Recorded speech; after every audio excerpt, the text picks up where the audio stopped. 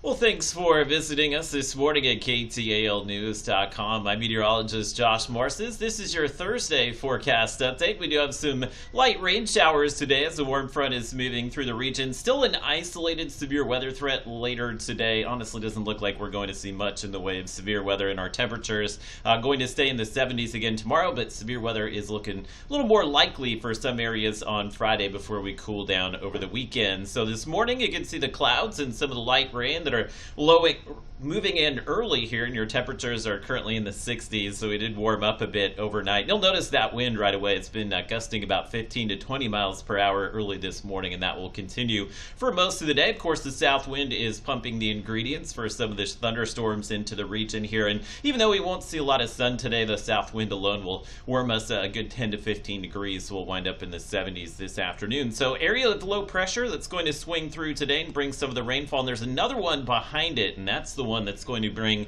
that severe weather threat on Friday. So we're in that level 1 to level 2 risk here, so we're not in the higher risk category, so we're just expecting some isolated to scattered severe storms. I would say it doesn't look likely we're going to see anything as far as severe weather today, but the Storm Prediction Center still has those areas north of I-30 in the outlook. We may catch a storm later this evening that may be capable of some wind. It's more likely tomorrow that we would see that threat of severe weather, so we still have that level 2 slight risk for much of northwest Louisiana, and these storms will pop up likely by the late morning and then really get going through the afternoon on Friday. So for today, you can see just some light spotty rain showers if you have some outdoor plans today. Maybe just want to tuck the umbrella in the car here, but we'll likely see less than 1/10 of an inch of rain in most locations here. Friday will start out dry in most areas, but you'll see this scattered storms begin to pick up by the late morning. It may take a few hours for these storms to become severe, but there would be that severe weather threat, that severe weather window opening up during the afternoon and early evening. I think a few hours after sunset, that's when we'll see that